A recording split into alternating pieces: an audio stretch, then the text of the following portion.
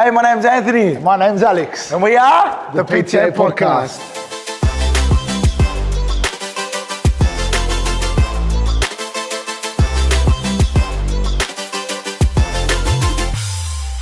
Alrighty, welcome back to another episode of the PTA Podcast. I'm here with my co-host, Alexander. What's going on? All right, today's episode is something a little bit different. As you know, Platinum Training Academy, we aim to help people 30 and above to really make sure they can be able to build healthier, stronger, leaner versions of themselves without spending hours in the gym and without being on restrictive diets. That's our ethos, that's part of our help statement. That's what we do. And that's what we love to do. It's over the years, that's where I just kind of fell into that, but I didn't really focus on communicating that maybe up until the last 2 to 3 years. It's definitely helped with all the types of content that we put out there because we're talking to the people that we want to help, and with the systems that we have, it really kind of resonates with those kinds of people at that age. So we're really trying to work out a way, and I was racking my brain a little bit about how we can be able to get people in their 30s and 40s to be able to exercise and look after themselves and be lean and strong, even though they're busy. All right. I have a thing, don't say that you train healthy, so don't say that you train busy professionals, because everybody's busy and everybody's a professional. Right? So really focus on who you want to target. And for me, that was why I was like, you know what, we train men and women 30 and 40, and specifically getting them strong, lean, and teach them how to do it in a really consistent way without the whole restriction around dieting and crazy lifestyles and hours and hours and hours in the gym. Any client spends more than an hour in the gym, the first thing I ask them is, how long do you have left? Not because I want to kick them out, because I know that I need to be spending 2 hours in the gym. Yeah, definitely. So our niche, you know, they juggle careers, they juggle their families, they juggle responsibilities. They actually don't have hours to spend in the gym. And they still want to look good, they still want to feel strong, they still want to be lean, they still want to be confident. And they unfortunately have been misled by a lot of outdated fitness advice. This is why we always talk about the fact that they come in and they're very hesitant, or they're very they got their wall up, or they don't trust because they've been told things that haven't worked for them. And they've been sworn about things that are supposed to work, and they haven't worked for them. And generally speaking, it's because the stuff that they've been told is simply outdated. And this is why I have arguments with people all the time. Just because your doctor told it to you doesn't mean your doctor's always right. Right? If we look at the way that blood tests are done, and the actual system that blood tests are looked at, and the scales that they looked at, these blood tests are done like the actual way that they're analyzed. It's back in the 1950s. They haven't been updated. Only now people are starting to question whether these are actually outdated or not. One of the biggest things I say with blood tests is that they're comparing the results to an already unhealthy population to find that median with how they measure things. And it's like, well, we live in a very unhealthy country at the moment. So the high point, the low point, the median, it's like you can't kind of compare that to yourself, right? What a doctor might say is, you're too high here or you're too low there, might actually be for your individual body actually okay. That's true. And the thing is, like, even with like when you go to a practitioner, the practitioner will say, look, these levels are high, and that's not a good thing, because if they keep getting higher, then it's going to be bad for you, or vice versa. These levels are too low, and if they keep getting lower, they're not going to be good for you. Whereas versus the Western medicine approach is, look, they're okay for now, we'll look at them later. So it's almost like, just keep doing what you're doing, nothing's alarming, let's wait till you get sick before and then we fix we'll sort anything. it out. Right? Whereas I love the practitioner's approach because it's a lot more proactive as opposed to reactive. But they actually look at the measures from the more modern data, the more modern look. And that's what I love about that approach. And that preventative approach is so much better, in my opinion, than a reactive approach. Well, that's what we preach. Right. We preach prevention over cure always, because of the fact that people don't have time to get sick, you know. And it's like, who wants to, when you have, like you spoke about, careers, families, responsibilities within your life. People don't got the time to get sick, so let's just make sure that it doesn't happen in the first place. And look, obviously you can't help it. I get sick, you get sick, we all get sick. I'm also talking about like life-threatening shit. Yeah, of course, but if they do end up getting unwell, okay, let's get you the immediate treatment that you need, which is where Western medicine works really well, right? Get the medication that you need, do what you need to do to get you back to normal, then let's work on rebuilding you, so you don't fall back into that same habit. Exactly right. The problem is, when people just throw medication at everything, and go, this is me. I can't get any better than this. Yeah, I just look at them and I'm like, what? I hate hearing that. And this is the problem is when you get sick enough times, when you fail enough times at your approaches to try and get better, some part of your brain goes, maybe this is just me. Yeah. And it's sad, right? Because it's like, it's not. It's actually not. Sad. There's always, and again, I argue with people about this all the time, there is always an answer for everything. Yeah. You just haven't dug hard enough, or you haven't sought the right advice. You haven't asked for other opinions, I'm with that. Anything like that. There's always an answer. The body always reveals an answer, right? When people throw their hands up in the air going, I don't know what's wrong with my body, it's like, well, you're just given up. You haven't actually gone and investigated enough, right? Or if you got told you got some kind of autoimmune disease, you're like, you throw your hands up in the air like, my life is ruined. It's like, you can get better from those things. You can actually manage those things. Right? I live with it, you live with it, my wife lives with it, your wife lives with it. How can we reverse our mother's arthritis? When she was told for like 10 years, this is going to be her. Yeah. How can we reverse it in 6 weeks? Right? We both know how, I'm not going to go down that road, but the point is, you can get better from these things. You just need to be open to change, right? 100%. And so when there's people come in, and they've got their wall up, we need to actually get them to understand, and we throw some truth bombs at them, right? After we get all the information from them. One of the biggest ones I tell people is you do not need to train 5 to 6 times a week. Yeah, that's very outdated. Like, I don't even train 6 days a week. I tell people, if you want to be active, 5 to 6 days a week, because you feel better, that's great. But you don't need to belt yourself in the gym 5 to 6 days a week, thinking that that's the only way you're going to get a result. 100%. Because that mindset will just burn you out and leave you putting on fat, not losing fat, right? Number 2, you don't need a 90-minute workout. Like, training longer isn't better. Yeah. Well, I always tell people, if you can stay focused, a really good 60-minute workout, and if it does go a little bit longer, that's okay. But don't aim to train longer because you think it's better. Yeah. We've both done 2-hour workouts, or I don't know about you, but for me, left me dead, left me tired. But then the next session, I wasn't good. Properly. Session after that, I wasn't good because I was too sore from that first one. Yeah. Excuse me. And the biggest thing that I tell people is you can actually build muscle and you can actually burn fat only training 3 times a week. I train 3 to 4 times a week, right? And I train really hard those 3 or 4 times a week. The other days that I'm not training, what am I doing? I'm walking, active recovery, I'm resting, I'm using my recovery center. I'm doing things that are going to encourage my body to be able to keep performing for the long term. Not killing myself because I feel good today, I'm going to go hard today. Yeah. Right? I had a client bench press 90 kilos last week and he goes, that was great, let's go 95. I said, what does the program say? It says 90. I said, keep it at 90. I said, because next week, you got all of next week's sessions and I want you to do everything really well. Right?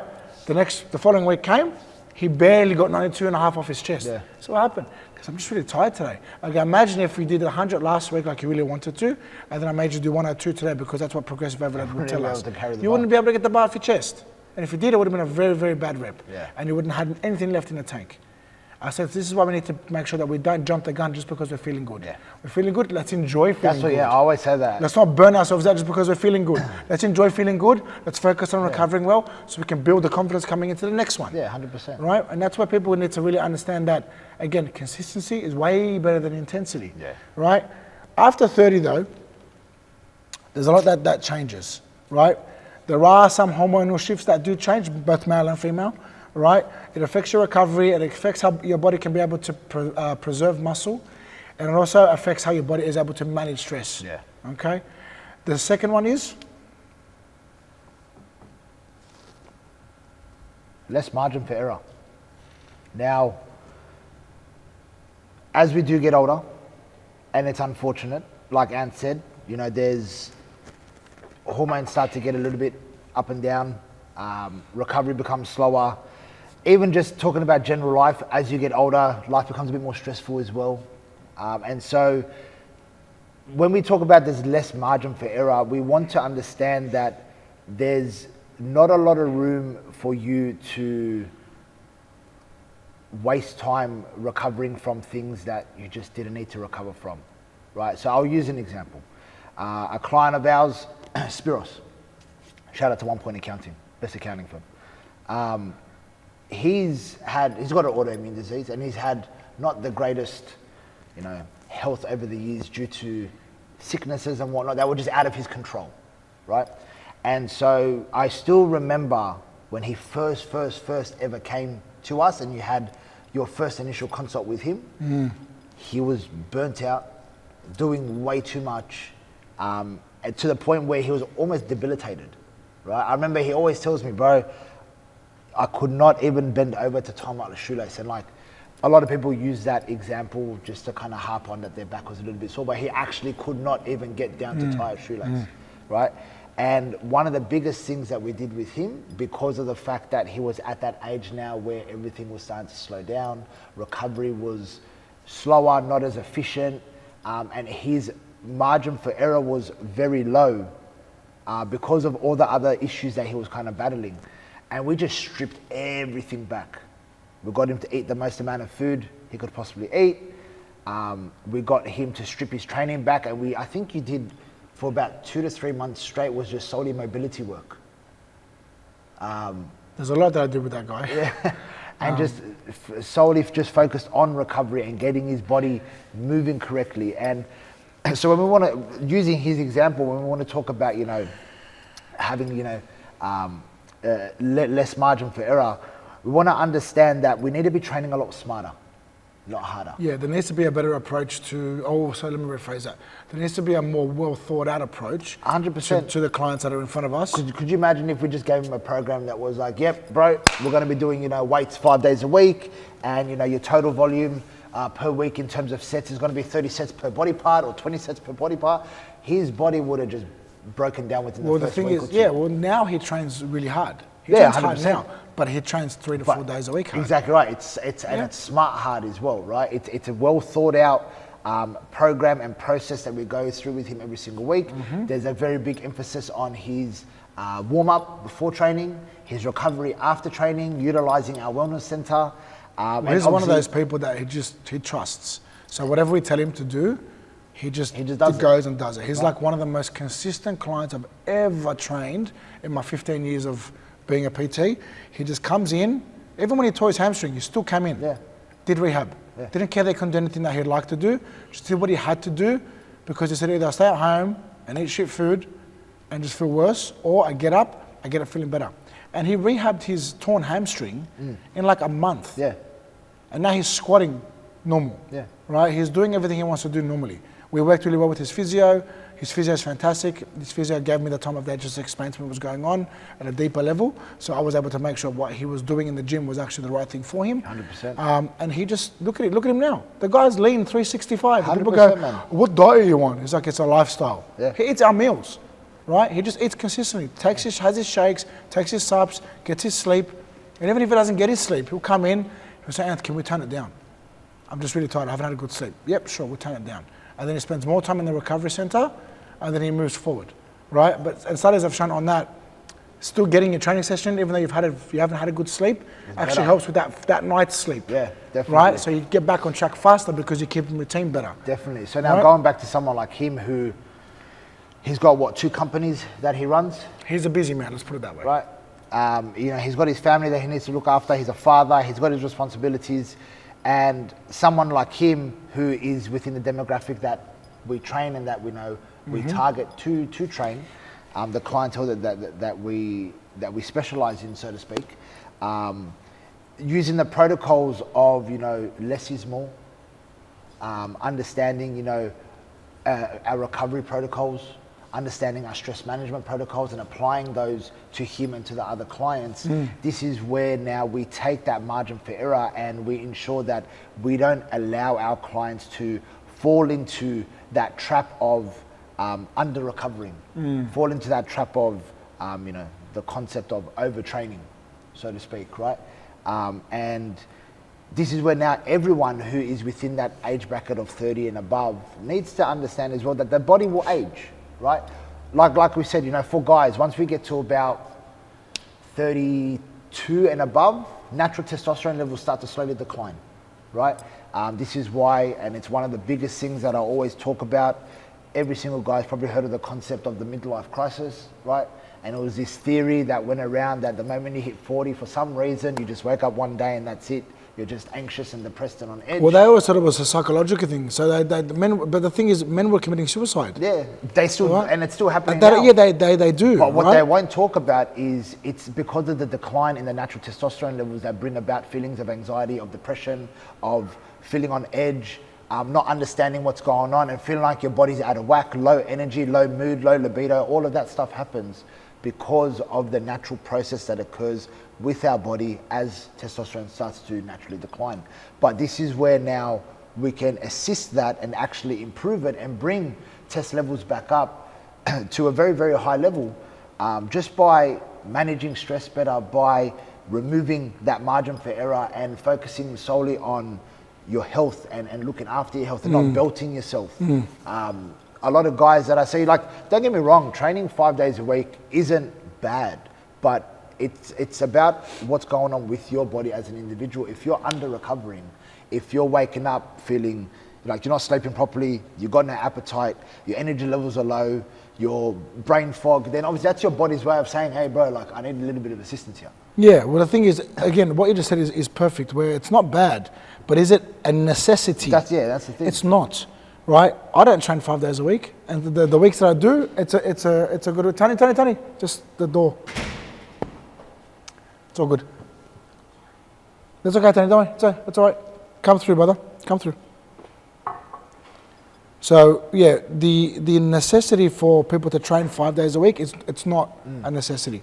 To train 3 to 4 days a week, yeah, it is. Yeah, definitely. Because you need to keep some kind of routine. However, I train 3 to 4 days a week. So I actually train, if you're going to categorize it as training sessions, I train 6 days a week because I do something midweek. It's not very heavy though. Yeah. It's not a lot. I do something on Saturday. It's not very heavy though. It's not a lot. But I like to do it psychologically for me. Just keeps me feeling good. Keeps that momentum going for me. Yeah, 100%. Right? So for me, this is why I like to do it. Yeah. Now, when we look at things like the other areas that change within our body, you said there's less margin for error, and the reason why there's less margin for error is because recovery is a lot slower from that high volume style of training or that poor programming, for lack of a better term. Yeah. Now, when we look at the way guys and girls train, 30 and above, it actually is a thing where it needs to change. People go, oh no, you're just being lazy. No, it actually needs to change. If you're 30, if you're kind of 28, 29, 30, 31, you can still train fairly similar to somebody in their mid-20s. 32, 33 and above, you got Buckleys if you think your body can keep up with what you did in your mid-20s. Yeah. And I'm telling you, you got Buckleys, because if I look at what I did at 25 compared to what I do now at 34, no chance at all, right? Am I stronger now though? Yeah, because I'm a smarter lifter, I program much better, I recover 10 times better, and I just have that, what we term as that minimum dose effect. Yeah. Right? The next thing I want to talk about as well is where, like you said, around the age of the people that we look after, they have so much more responsibilities, right? So there's more stress, which means high cortisol, which means it's harder to drop fat when you're under recovered. Yeah? How do we get out of those things though? Well, this is where now, again, recovery is key, and it always will be key. Sleep, ensuring that you're eating enough, and when it comes to training, strength training, right? And this is where now we harp on strength training very heavily because of what it does for your metabolism. It boosts your metabolism, right? It helps improve your digestion. A simple example is, has anyone ever not had the biggest appetite, come into the gym, done a strength training session, midway through the session you're like, I'm starving. It boosts your metabolism. And it helps send signals to your body to maintain muscle mass. So one example that I use with this is when I was training for my bodybuilding shows, and obviously being in a bit of a hard calorie deficit, one of the biggest reasons as to why we send strength signals to the body, or we strength train to send strength signals to the body, is so we can tell our body to maintain and preserve muscle mass, right? Now, all these things are what help us recover better, what help us take away that margin of error and help decrease stress, so then our body can go from under recovering to recovering properly. And this is then where someone who's in that 32, 33 and above kind of age demographic, they start to reap the benefit from this way of living, this lifestyle that they're creating for themselves, rather than just coming into the gym and thinking that, oh, I've got to, if I'm not crawling out of here, then I'm not doing enough. People go, I'm sweating, so I must be working. It's like, what? Yeah. Or my favorite, I'm sore, so what I did worked. Yeah, it's like, man, I haven't been sore in that many years, but I'm still getting stronger. I always explain, like, again, we like to explain what we're talking about. DOMS is just your body's way of, telling you that you're sore. When you train, you create micro tears within your muscle fibers, and if you're not recovering properly, DOMS occurs. If you're still getting DOMS, and what I mean by DOMS is like actual, like proper muscle aches and pains, and you've been training for like 2, 3, 4, 5 years, and you're still experiencing DOMS every training session, it's not a good thing. Your body's not recovering properly, and you don't want to be experiencing that all the time, right? Again, like talking about myself, going through my bodybuilding preps, I've got my body in a state of not recovering properly because of how much work goes into stepping on stage at 3-4% body fat, right? But I still wasn't experiencing DOMS. So like you said, things like experiencing DOMS, it's not normal, and there's signals that your body's telling you. Look, hey, I think it is normal, but you got to understand it's not something that you should be aiming for. Yeah. Right? Because it does happen. It's okay. It's just your body telling you that you didn't recover very well from that session. So what I try and do is aim to not have DOMS. If I got sore legs, I'm like, fuck, why didn't I recover well enough? Yeah, 100%. And that's what it looks like for me. Now, there's other areas that we want to use to support anybody in our kind of niche to stay consistent with the things that they want to work on, right? I really encourage them to walk more, because when you get more steps in, right, it actually has a really good way of bringing your stress down, especially when you go outside for walks, right? In the sun. Prioritize your sleep, and obviously out of all the macronutrients, prioritize your protein. And then we want to stop chasing soreness and sweat like we just mentioned. And we want to chase strength and consistency. Yeah. If you're not getting stronger, change what you're doing. If you're sore all the time, change what you're doing. Okay. You gave an example of a client. I'm going to give an example of a client as well. The client that I want to talk about, and this is Evan. Shout out to Evan Skagias, best real estate agent in Elwood. Stone Real Estate, Homer Street. One of the things that Evan came to me wanting to lose was his body fat. He's come a long way, more so with the mental side of things and the thought pattern around this entire approach that he wants to take. And as Evan will attest to, he was the kind of person that kind of came and went. He got ready for summer, then in summer he stopped because he went back to his old habits. Now he's in a position where he's actually so much more consistent than he ever has been. It's because of the fact that he's really enjoying the fact that you don't have to be perfect with it all, but being consistent will still get you results. So it's not this kind of boring approach that he always has to live a certain way and can't enjoy himself. It's an approach where he goes, I had a couple of things on a Saturday, but nothing on a Sunday. And then Monday came through and I was back to the plan. And he's had a tremendous result, right? Never before would he do what I'm telling him to do with his food, his supplements, his walking, his training. And he's so consistent with it all, and he's adding years onto his life. And I always tell him, yes, you haven't gotten to that big goal of that fat loss yet, but you're getting closer to it. That's the focus, right? But one of the things you're going to be better for is your kids. Right? One of the things you're going to be better for is your business, your wife, your family. I said, you're putting years back onto your life just by simply turning up, sticking to your food 90% of the time, taking your supplements that you need to take, getting good sleep, getting your steps in, and just getting your body stronger. I said, your body shape is changing. And clients are commenting, look at your face is slimmer, your stomach's getting smaller, you're doing well, right? And he's always very hard on himself, but one of the things I love about him is he keeps turning up and he keeps putting his best foot forward. He doesn't focus on his mood about the thing. He focuses on staying consistent, because as we both know, if you focus on your mood, you're never getting anywhere. You stay with the plan, you're going to get somewhere. 100%. Right? So he's a client that I feel is a really good example to use about somebody who trains 3-4 days a week, has that balanced life, and has gotten a lot stronger, is getting leaner, and as he's getting older, which I'm really proud of. And one of the things I want everybody to understand that's listening is that you're not lazy, you're just busy, okay? And your training should match that. When you want to think about getting strong and getting lean without living in the gym, listen to what we just said. Okay, because that's the key. consistency always beats intensity, and getting 3 to 4 days a week in and training no more than 60 minutes per time is probably the easiest way to explain that without going into a rabbit hole around it all, you know? Yeah, man.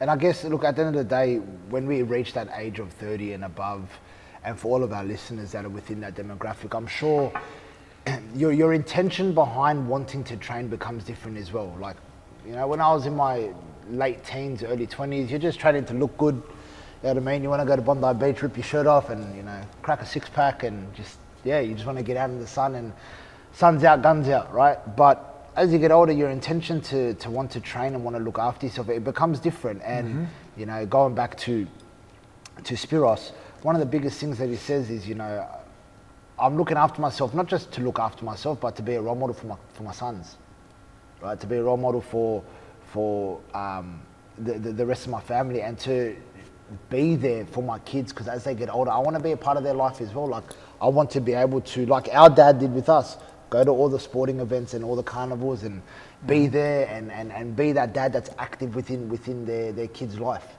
And so a lot of people, and it's funny enough, I had a consult last night with a lady that signed up with us, and the biggest reason for her coming back to us after 5 years was she just wants to be the best mum that she can be for her son.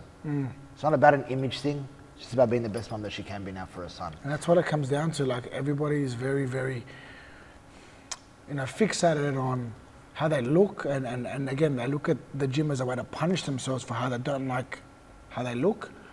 But one of the things that we always tell our clients is stop stressing about punishing yourself. Look at this as looking after yourself. Yeah, 100%. And people go, and one of the things that gets me my blood boiling is, you know, I want to show a bit of self-care. I want to go for a massage, or I want to go and have, you know, a girls' night out. That's my way of showing self-care. It's like, bro, use the gym as self-care. Right? Like, even guys do it as well. I want to go hang out with the boys, we're going to get smashed on the weekend, just, you know, look after my mental health a little bit. It's like, but you're doing nothing. You're making it worse. You're doing nothing but making it worse. I want to let go a little bit. But when you let go, that's just irresponsible. Yeah. It is, in my opinion. You're just being irresponsible because you want to let your hair down because you can't be bothered anymore with the life that you have. That's not letting your hair down. That's not letting having a bit of fun. That's drowning your sorrows in fucking alcohol and whatever else you want to do, right? Because you just want to go away from everything for 5 minutes. Definitely. That's not being able to build more resilience. Nope. It's not being able to make you better for the things that are important to you. That's you being a little kid and running away from it all. Yeah. So we have a big image that we like to maintain, where it's like, use this to build resilience, This is your outlet. make you better for the things that are hard out there, right? This can be your outlet. It should be your self-care. Yeah. Right? And if you look at it that way, you're not looking at the gym as a punishment. You're looking at the gym as it's something to help build a better version of yourself that's stronger, more resilient, that can take care of the things out there that are actually hard. 100%, man. Right? And on that note, thank you for tuning in. Thank you, people. We appreciate it all. Thank you.